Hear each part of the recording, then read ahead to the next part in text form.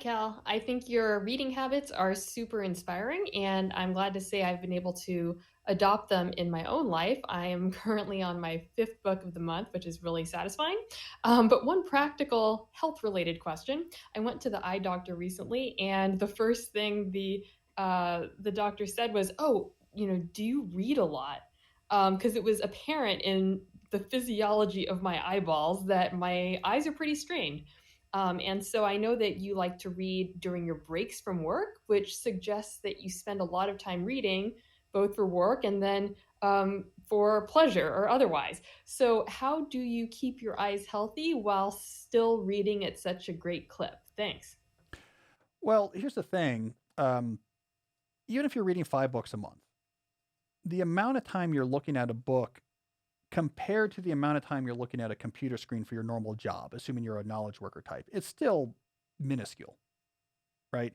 And the strain of looking at a computer monitor or a phone is much greater than the strain of looking at a matte printed ink on paper, right?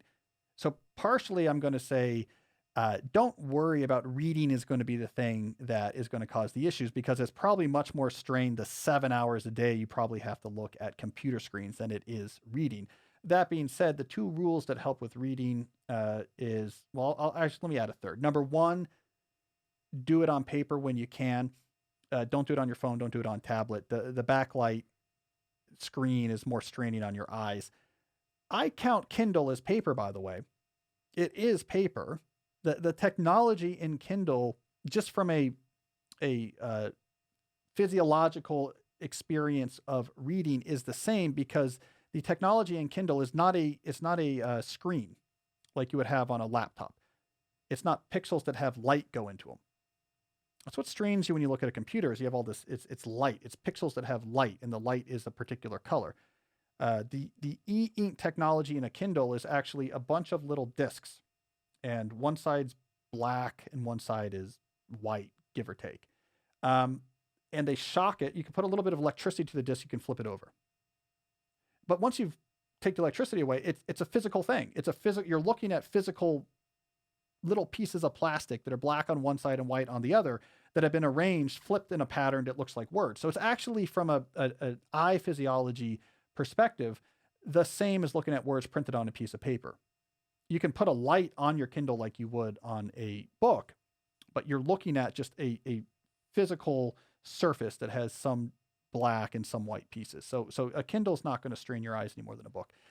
Number two, have enough light. You strain your eyes if you read low light. And three, use reading glasses if you feel the strain. Those of us who have lived an intellectual life, we typically do need reading glasses earlier.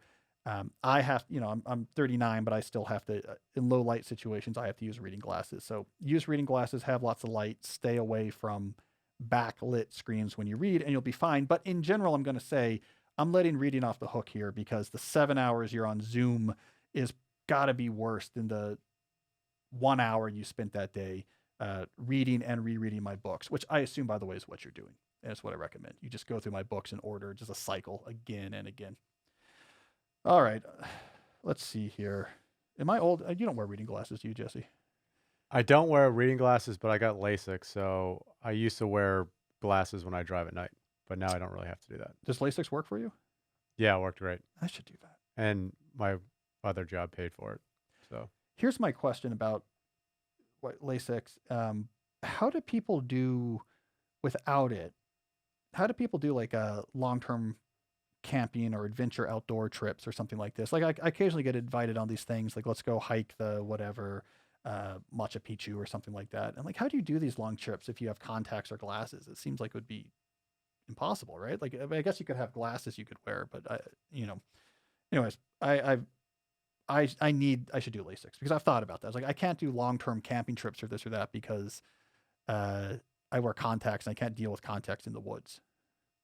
I'm sure a lot of people who do those trips are in the same boat as you, and they probably have it figured out. So you probably figure that out. But in terms of getting LASIK, I thought it was great, and it's like seamless. It's like a 10-minute procedure. I should do that. I should do that. Or wear complicated glasses, right? Like blue plastic, awesome Warby Parker glasses. I think that would make Rec me. specs from back in the day, like NBA games. Yeah, I'm gonna wear. Who was it that used to wear the rec specs? Was it? It wasn't Magic Johnson, was it? It was someone classically wore those. Kareem. Kareem, yes. I'm going to wear Kareem rec specs on air, just so people think I'm more athletic, and a sweatband. Be good. All right, where are we at? That's 4 questions. Do we have another call? That's all the questions we have for today's show. All right. Well, excellent. So we end on a high note. I'm going to start wearing rec specs and a sweatband so that everyone thinks that I am more athletic than I am, or complicated blue plastic glasses so everyone will think I'm smarter. I can just depend on what I'm trying to go on. Have you seen, not to go on this thing, but if you live in a city and you're around like 30-year-olds who are like overeducated and aren't beaten down by having families yet, there's so much care in glassware and facial hair at this point that there's like an arms race of who can have the more complicated, weird glasses. Glasses are a big thing. There's so many different styles. I see them all the time. I know what you're talking about. But what I can't stop thinking about and I'm laughing about is you were talking about Zuckerberg and his master plan to have everybody, having all these devices and glass. And I could just see you're already wearing rec specs going forward. Yeah, but this is the technological threshold that has to be passed for this to be the case. Is the glasses have to look good, right? So this was the problem with Google Glass, is that if you walked around in those Google Glass, otherwise like very respectable people, it's an elementary school teacher on the way back from church, it just would feel the urge to punch you. You just see someone with those things on, you're like, I just like want to knock this guy over.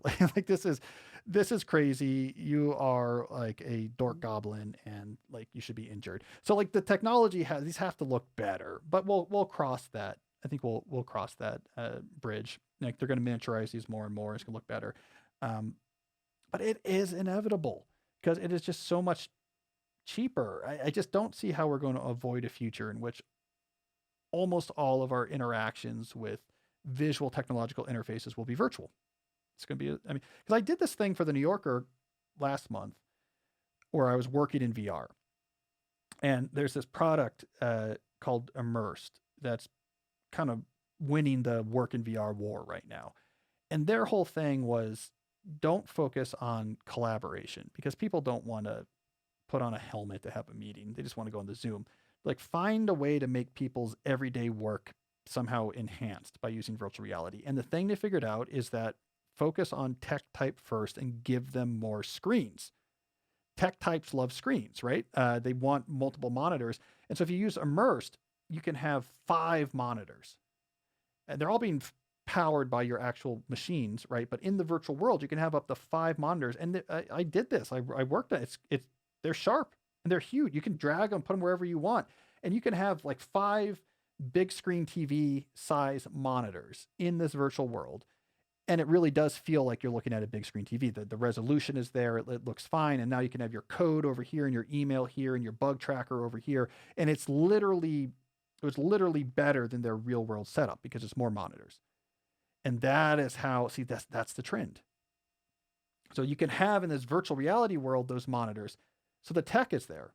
So now once you can have those monitors with an unobtrusive Google Glass type thing that does not make nice old women want to punch you, so they get the look right. Why buy the monitors? Like it's literally going to be, because in the virtual world, it's you have to wear the big headset. But the thing you see in the virtual world is like, why do I need to own a monitor? You can watch YouTube or movies in the virtual world. I don't know if you've done this before. It's a movie theater size screen, and it feels like it. Like here is this giant screen. I'm sitting here, and it's in a giant dome, and it's like 10 feet away from me, and it's huge. So again, people don't want to put a headset on that covers their eyes. But if I have my glasses I'm wearing anyways, can put that screen, why would I buy one? Like, I don't think people realize like how close we are to the singularity, that like there's a certain tipping point beyond which basically all these factories go out of business. And it's just going to be one factory that makes these things. Anyways, that's another point. But I think people don't realize the degree to which our world is about to be a lot more virtual. I don't know. There's good parts of that and bad parts to it, but Snow Crash. It's going to be, Snow Crash, but without like as many sophisticated. See, here's the thing about Snow Crash, but you're reading it now, Jesse, I know, is like, because like Stevenson's like a kind of a cool, smart guy, all the characters are so like steampunk techno sophisticated cool, you know, and like having these rat-a-tat-tat dialogues, and it's like these interesting artistic figures. And in these early metaverse things, they always have like interesting haircuts, and it's always there's a little punk in it, and there's, you know, dyed mohawks and weird leather, and it's like this really cool. I think the authors want to imagine is like, yeah, we're going to be these like cutting edge avant-garde steampunk digital nerds, but awesome. And it's not going to be the case. It's going to be, you know, out of shape guys in their American Giant hooded sweatshirt that is want to watch YouTube on a bigger screen. You know, that's not the reality. The avant-garde is not cool. Immersed is used by a bunch of programmer nerds who had to work remotely because of the pandemic and said, my monitors are at my office, you know, and so they can put on their headset and get their monitors back. It's like never as cool as the Gibson or Stevensons of the world predict it's going to be.